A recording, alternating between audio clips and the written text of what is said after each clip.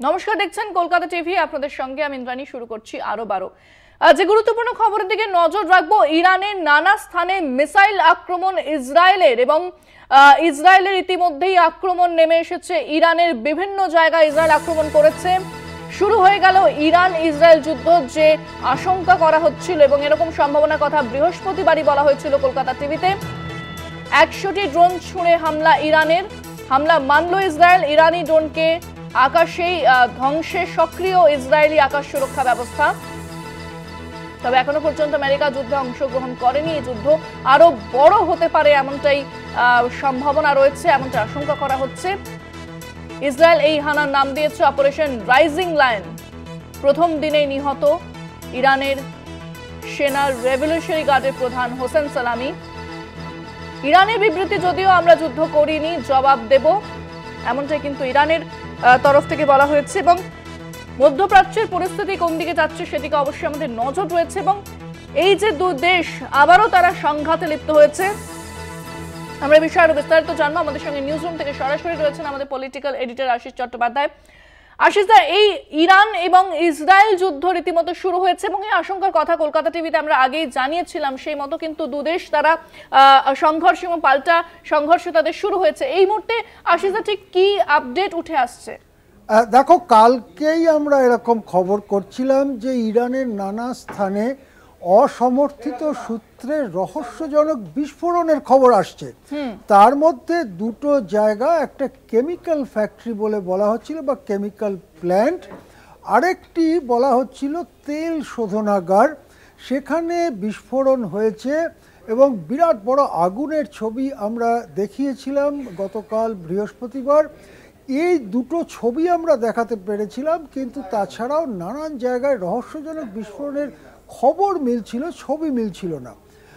কিন্তু কাল শেষ রাতের দিকে আস্তে আস্তে খবর আসতে থাকে যে ইসরায়েলের পক্ষ থেকে মিসাইল এবং ড্রোন নিয়ে হামলা চালানো হয়েছে। মিসাইল এবং ড্রোনগুলো হামলা চালিয়েছে ইসরায়েলের কথায় কোট আনকোট ইরানের পরমাণু কেন্দ্রগুলোতে। এখন পরমাণু কেন্দ্র বলে ইসরায়েল যেটা মনে করেছে সেখানে হামলা চালিয়েছে, আর যুদ্ধে যে সবাইকে সত্যি কথা বলতে হবে তারও কোনো মানে নেই।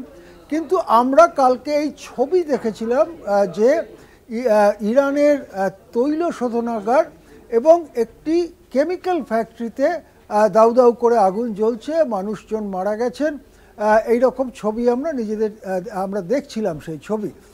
এখন ইসরায়েল এটা স্বীকার করেছে যে তারা মিসাইল এবং ড্রোন হামলা করেছে, এবং সেই হামলায় ইসরায়েলের যেটা সেনাবাহিনী বলা যায়, রেভলিউশনারি গার্ড, তার যে চিফ, তার যে প্রধান সেনাপতি, তিনি নিহত হয়েছেন। সেটা আমরা কলকাতা টিভিতে দেখাচ্ছি যে রেভলিউশনারি গার্ডের প্রধান হোসেন সালামি নিহত হয়েছেন বলে দাবি করা হয়েছে ইসরায়েলের পক্ষ থেকে। বিপুল বিপুল বিস্ফোরণের খবর আসছে, এবং যদি এটা ঠিক হয় যে ইসরায়েলের মিসাইল ইরানের পরমাণু কেন্দ্রগুলোতে আঘাত করতে পেরেছে, যেখানে ইউরেনিয়াম এনরিচমেন্ট করা হয়, বাংলায় আমরা অনেক সময় বলি ইউরেনিয়াম সমৃদ্ধকরণ, কেননা প্রকৃতিতে যে ইউরেনিয়াম পাওয়া যায় তা কোনো কাজে লাগে না খুব একটা। সেই ইউরেনিয়ামকে নানানভাবে সমৃদ্ধ করা হয় রাসায়নিক প্রক্রিয়ায়, এবং তারপরেই সেই ইউরেনিয়াম থেকে পরমাণু শক্তি আমরা পেতে পারি। এই যে ব্যবস্থা বা কারখানা, সেগুলো পরমাণু কেন্দ্র বলা যেতে পারে। সেই ইউরেনিয়াম সমৃদ্ধকরণ যে সব জায়গায় হচ্ছিল সেখানে আঘাত হেনেছে বলে বলা হচ্ছে ইসরায়েলের তরফ থেকে। কিন্তু ইসরায়েলের তরফ থেকে যে কথা বলা হচ্ছে তার মধ্যে কিন্তু অনেক ফাঁক ফোকর থেকে যাচ্ছে। যেমন যদি কেবলমাত্র পরমাণু কেন্দ্রে আঘাত হেনে থাকে ইসরায়েল, তাহলে রেভলিউশনারি গার্ডের প্রধান হোসেন সালামি নিহত হলেন কি করে? হোসেন সালামি তো আর পরমাণু বিদ্যুৎ কেন্দ্রে গিয়ে সেখানে তিনি কর্মচারীর কাজ করছিলেন না বা অফিসারের কাজ করছিলেন না। তিনি নিশ্চয়ই সেনাবাসে ছিলেন বা কোনো গাড়িতে ছিলেন, কোথাও যাচ্ছিলেন, কোনো একটা জায়গায় ছিলেন। সুতরাং তাকেও যদি লক্ষ্য করে হামলা করা হয় তাহলে দু ধরনের হামলা হয়েছে। ইসরায়েলের কথাতেই পরিষ্কার যে এক হচ্ছে ইরানের কিছু কিছু রাসায়নিক কারখানায় আক্রমণ হয়েছে, যেগুলো ইসরায়েলের ভাষায় পরমাণু কেন্দ্রে হামলা, এই বিষয়টাকে কিভাবে ব্যাখ্যা করবেন? কারণ এটা অত্যন্ত একটা গুরুতর সিরিয়াস ব্যাপার হতে চলেছে। দেখো, যেটা যেটা ইরানের তরফ থেকেই দাবি করা হয়েছে যে হামলা হয়েছে, আর ইসরায়েল বলেছে ইরানের পরমাণু কেন্দ্রগুলোতেই হামলা হয়েছে। এখন পরমাণু কেন্দ্রে যদি হামলা হয় এবং সেখানে যদি একটা ধ্বংস হয় আর কি পরমাণু কেন্দ্র, তাহলে সেখান থেকে বড় সড়ো বিকিরণ বেরোবার কিন্তু বিরাট ঝুঁকি রয়েছে। আমরা এর আগে যে সমস্ত এই ধরনের দুর্ঘটনায় কোনো পরমাণু বিদ্যুৎ কেন্দ্র থেকে বা পরমাণু কেন্দ্র থেকে বিকিরণ বেরোবার ঘটনা দেখেছি, তার মধ্যে সবথেকে বড় যেটিকে ধরা হয় সেটা হচ্ছে চেরনোবিল কাণ্ড। সেটা 1986 সালে তৎকালীন সোভিয়েত ইউনিয়নের অন্তর্ভুক্ত ইউক্রেনের মধ্যে প্রিয়াপিয়াত বলে একটি জায়গাতে চেরনোবিল পরমাণু বিদ্যুৎ কেন্দ্র ছিল। সেটিতে একটি দুর্ঘটনা হয়, দুর্ঘটনায় সেখানে বিস্ফোরণ হয় এবং বিকিরণ ছড়িয়ে পড়ে। সেই বিকিরণ সম্পর্কে গবেষণা করে কি জানা গেছে, 30 কিলোমিটার ব্যাসার্ধের মধ্যে কোনো প্রাণী থাকতে পারে না। সমস্ত প্রাণী সেখানে মারা গিয়েছিল। মানুষজন যতটা বেরিয়ে যেতে পেরেছিলেন বেরিয়েছিলেন, কিন্তু অনেকেই মারা গিয়েছিলেন। তারপরে 500 কিলোমিটার রেডিয়াসে প্রবল রেডিয়েশন ছিল। এই রেডিয়েশন রাশিয়া, বেলারুস বলে দেশ ইত্যাদি দেশে ছড়িয়ে পড়েছিল। তারপরেও হাজার হাজার কিলোমিটার জুড়ে সেই রেডিয়েশন ছড়িয়েছে। যত দূরে গেছে রেডিয়েশনের মাত্রা কম হয়েছে, কিন্তু হাজার হাজার কিলোমিটার দূরে সেই রেডিয়েশন গিয়েছে। ইউরোপের নানা দেশে, সুইডেনে, এইসব জায়গাতেও সেই রেডিয়েশন পৌঁছেছিল। এই তথ্য আমাদের কাছে রয়েছে। এখন দেখুন যে তেহরান থেকে দিল্লির বিমান দূরত্ব হচ্ছে 2500 কিলোমিটার। সুতরাং তেহরানে যদি বড় সড়ো বিকিরণ ছড়িয়ে পড়ে, তাহলে সেটা যেমন ইরানকে গ্রাস করবে, ইরাককে গ্রাস করবে, কুয়েতকে গ্রাস করবে বা অন্যান্য কাছাকাছি দেশগুলোকে গ্রাস করবে, তেমনি সেই বিকিরণ কিন্তু ভারতেও পৌঁছতে পারে আফগানিস্তান, পাকিস্তানে।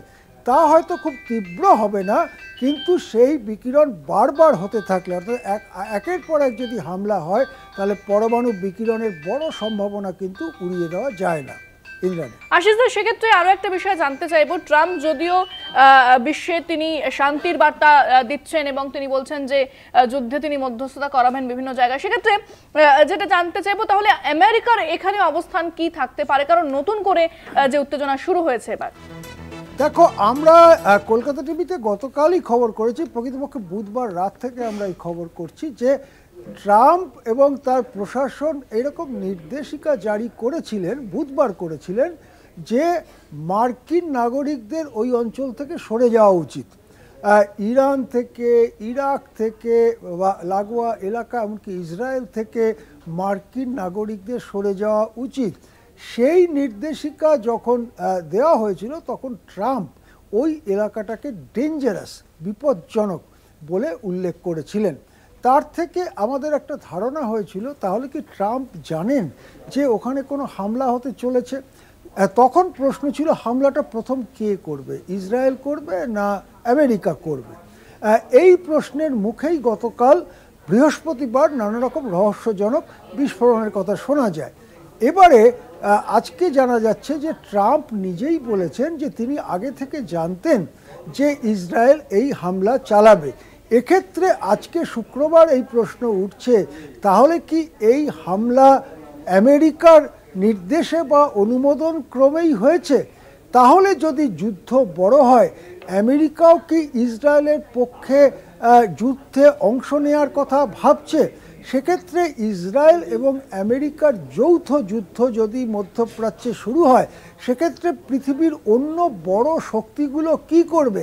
যথা রাশিয়া কি করবে, চীন কি করবে, এই ধরনের শক্তিগুলোর কীরকম রেসপন্স হতে পারে? এই সমস্ত প্রশ্নটা সামনে চলে আসছে।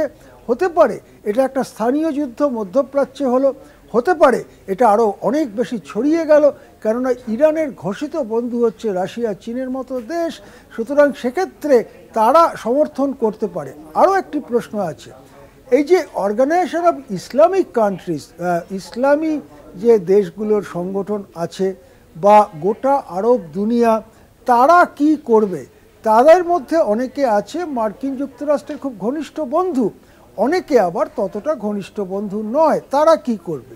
আরও একটা প্রশ্ন হচ্ছে যে ইসরায়েল যাদের সঙ্গে লড়ে যাচ্ছে এই গাজা ভূখণ্ডে হামাসের সঙ্গে, বা সিরিয়া, লেবানন ইত্যাদি অঞ্চলে যাদের সঙ্গে লড়ে যাচ্ছে, তারা তো যুদ্ধে অংশগ্রহণ করবেই, মানে এটা প্রায় নিশ্চিতভাবে বলা যায়। সুতরাং এই যুদ্ধটা বড় হয়ে যাওয়ার সম্ভাবনা আছে যদি না এখনই তার রাশ টেনে ধরা হয়। হ্যাঁ, একেবারে অনেক ধন্যবাদ আশিস দা, আমাদের সঙ্গে সরাসরি নিউজরুম থেকে ছিলেন আমাদের পলিটিক্যাল এডিটর আশিস চট্টোপাধ্যায়।